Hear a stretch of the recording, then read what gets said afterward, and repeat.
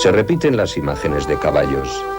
Pensaban que el alma de los difuntos entraba en el más allá a lomos de este animal. Símbolos como la esvástica, la serpiente, temas astrales como el sol y la luna, están esculpidos en estas piedras. Nos permiten conocer nombres que, aunque están escritos en latín, son de dioses cántabros como Cabunieginus.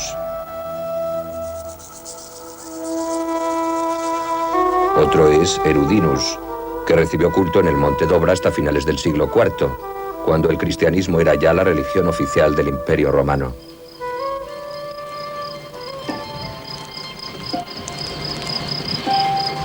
Sobre todos ellos había una diosa madre, posiblemente llamada Cantabria. Estrabón advierte que el nombre de esta era tabú. No podía pronunciarse. En Yugoslavia se ha encontrado un ara dedicado a esta diosa. Al parecer, soldados cántabros alistados en el ejército romano la construyeron. Otra de sus creencias consideraba que cuando un soldado moría en combate, había que dejar su cuerpo sin vida en el campo hasta que los buitres llegaran a desgarrar su carne y en sus picos elevaran el alma del difunto a los cielos.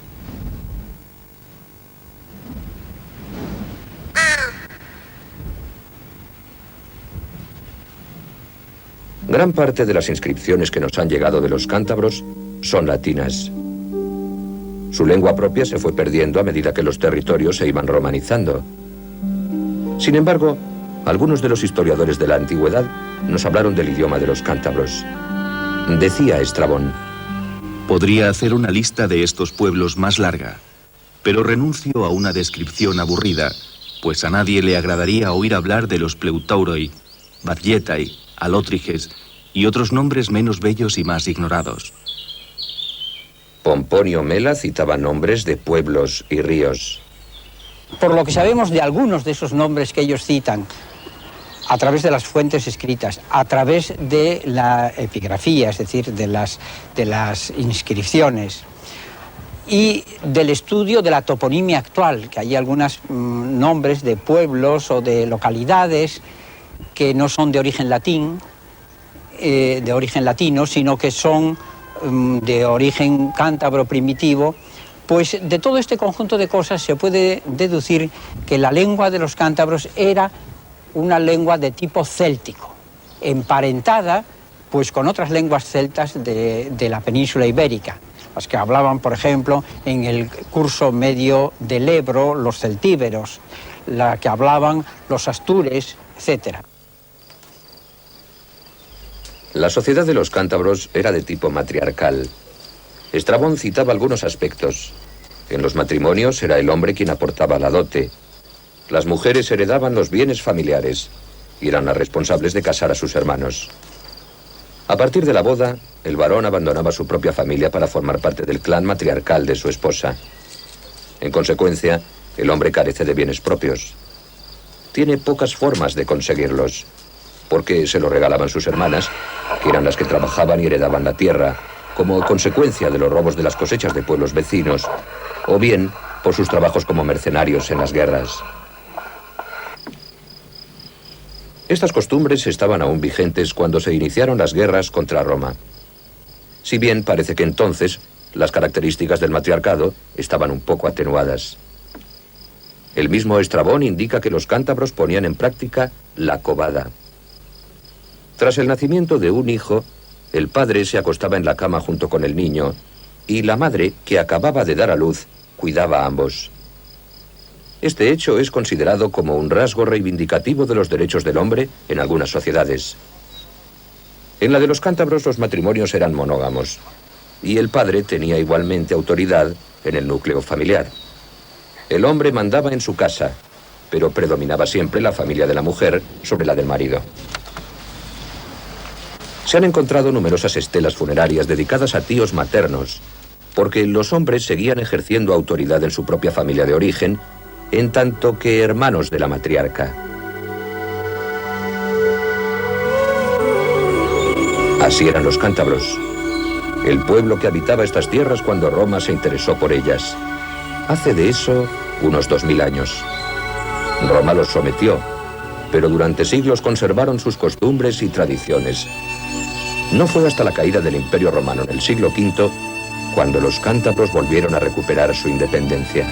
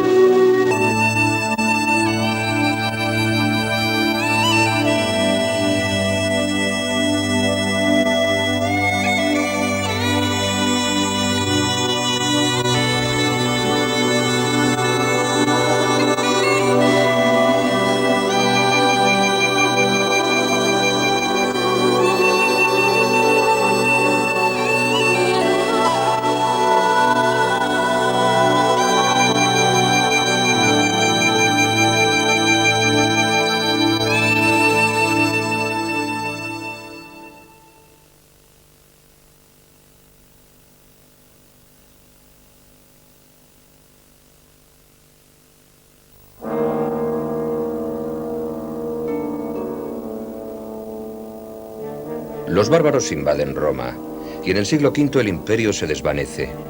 A Hispania llegan suevos, alanos, vándalos y visigodos, lo que desestabiliza aún más las ya débiles estructuras romanas. En los territorios cántabros su influencia había ido disminuyendo ya desde el siglo III. Las ciudades han ido perdiendo importancia o han desaparecido. Julióbriga, la más destacada, queda destruida por el fuego a mediados de ese siglo. La población de Cantabria está diseminada y vuelve a tener un carácter tribal. Nuevamente está aislada y protegida a la vez por la cordillera. De nuevo los cántabros fueron independientes.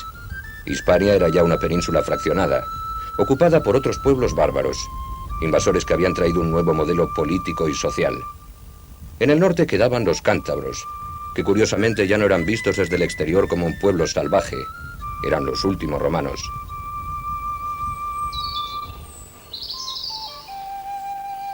Bueno, la Cantabria podemos suponer que entonces era una zona densamente habitada, densamente poblada de bosque, como el que tengo aquí a mi alrededor, este bosque de robles, que en otra zona sería de hayas, y con una escasísima población, probablemente incluso pues con una cierta transhumancia de valle a valle, dedicada a la actividad ganadera, y con una pequeña estructura de vínculos de parentesco relacionando entre sí a los habitantes de cada uno de los valles.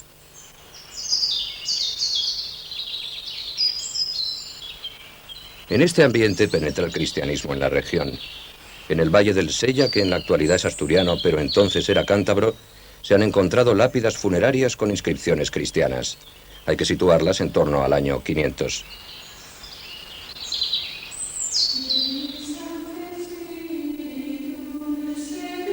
En esa época hay monjes que atravesando los montes vienen a predicar desde Palencia o desde La Rioja.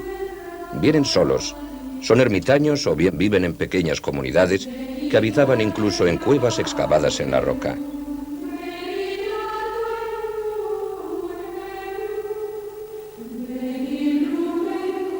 Prestaban los servicios religiosos en pequeñas iglesias construidas por ellos mismos, aprovechando las grutas o excavando las paredes de roca.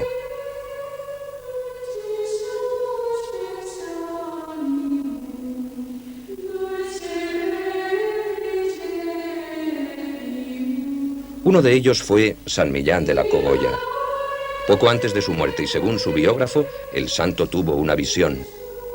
Le fue indicado que debía trasladarse a Cantabria y advertir a los jefes cántabros que si no renunciaban a sus pecados, la región sería invadida.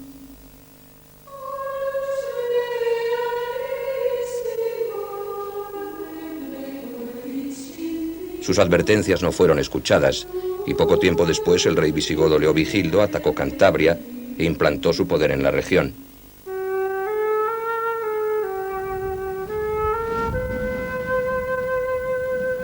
Peña Amaya, que un día albergó un importante castro cántabro antes de caer bajo el poder de los romanos, sucumbió de nuevo ante los visigodos.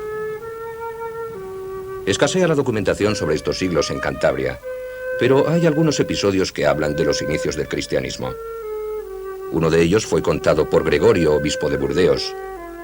Explicó que un cántabro llamado Maurano se embarcó en un lugar de la costa, probablemente en la zona de la actual ciudad de Santander, para llegar navegando hasta la ciudad francesa. Desde allí peregrinó a la tumba de San Martín de Tours. Poco después apareció en Turien un monasterio dedicado al santo.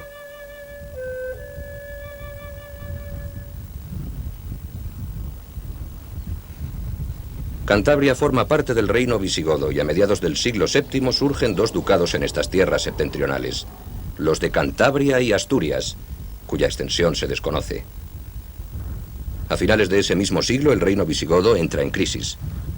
Las luchas entre las aristocracias regionales van debilitando unas estructuras en las que irrumpen pocos años después los musulmanes. A medida que los musulmanes van conquistando la península de sur a norte, los nobles huyen. Unos se dirigen a Francia y otros se refugian en la cordillera cantábrica.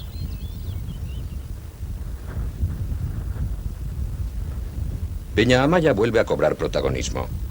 Los visigodos la habían convertido en centro administrativo del ducado de Cantabria y al parecer el propio duque Pedro tenía allí su residencia. Los nobles que llegaron del sur, unidos a los cántabros, intentaron hacerse fuertes en esa plaza. No tuvieron éxito. Los musulmanes la conquistaron y fue destruida. Poco tiempo después, misteriosamente, el nombre de Cantabria desaparece.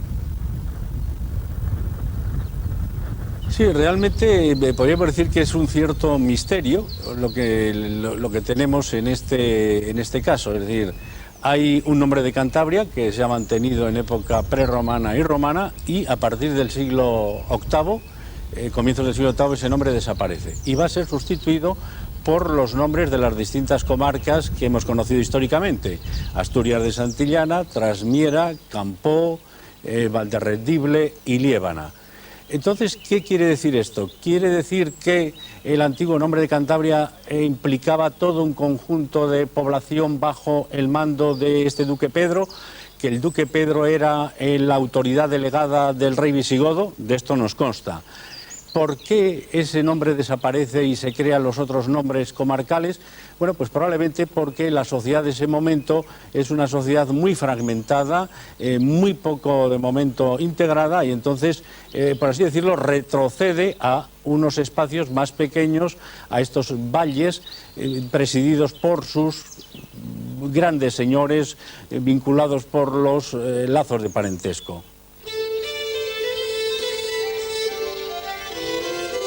Lazos de parentesco como los que mantuvieron el duque de Cantabria y un noble asturiano, Pelayo, el vencedor de Covadonga. La hija de Pelayo se casó con el hijo del duque, que por cierto pasó después a la historia con el nombre de Alfonso I de Asturias. Ambos nobles mantenían una alianza para luchar contra los invasores musulmanes. Puede que fueran los éxitos de los soldados asturianos los que inclinaron la balanza hacia aquel lado.